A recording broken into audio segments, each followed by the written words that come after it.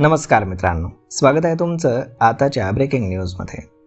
मित्रांनो, महाराष्ट्रातील परिवहन विभाग आणि राज्याच्या विविध भागातील उपप्रादेशिक परिवहन विभागांना ऑनलाईन तत्पर सेवा सुविधा पुरवणाऱ्या दिल्ली येथील नॅशनल इन्फॉर्मेशन सेंटर यामध्ये तांत्रिक बिघाड झाला आहे.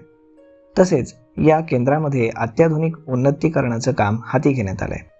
त्यामुळे या सेंटरच्या माध्यमातून सेवा पुरवठा होणाऱ्या महाराष्ट्रातील उपप्रादेशिक परिवहन विभागातील वाहन 4.0 प्रणालीला मोठी झळ बसली आहे. या प्रणालीच्या माध्यमातून उपप्रादेशिक परिवहन विभाग कार्यालयामध्ये होणारी वाहनविषयक बहुतांश कामं ही 18 मे पर्यंत बंद राहणार आहेत, अशी माहिती कल्याणच्या उपप्रादेशिक परिवहन विभागाचे उपप्रादेशिक परिवहन अधिकारी आशुतोष बारकुल यांनी दिली.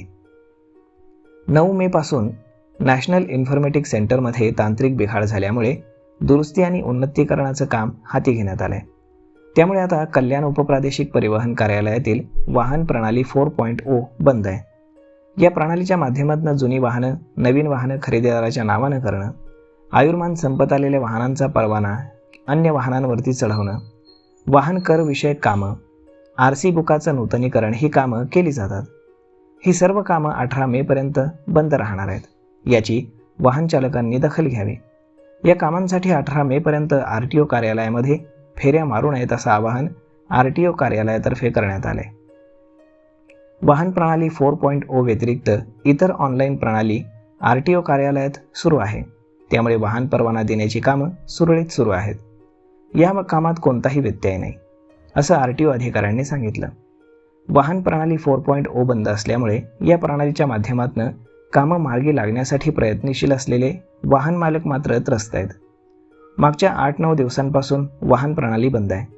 ही प्रणाली बंद असल्याची माहिती नसल्यानं अनेक वाहन मालक आपले वाहन विक्रीचा व्यवहार पूर्ण करण्यासाठी, RC बुकाचं नोंदणीकरण करण्यासाठी अशी या प्रणालीशी संबंधित कामं पूर्ण करण्यासाठी RTO कल्याण कार्यालयामध्ये येत आहेत.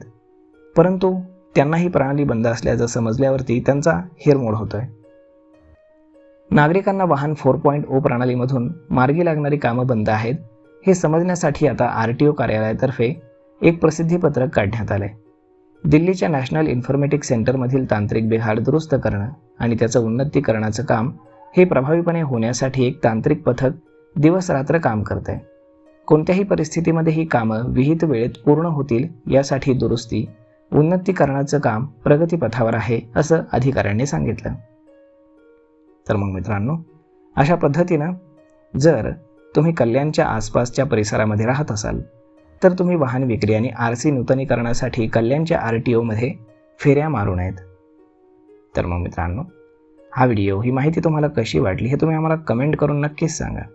आणि जर हा व्हिडिओ तुम्हाला आवडला असेल तर आपल्या जवळच्या मित्रमंडळींसोबत देखील हा व्हिडिओ तुम्ही शेअर करायला विसरू नका. धन्यवाद.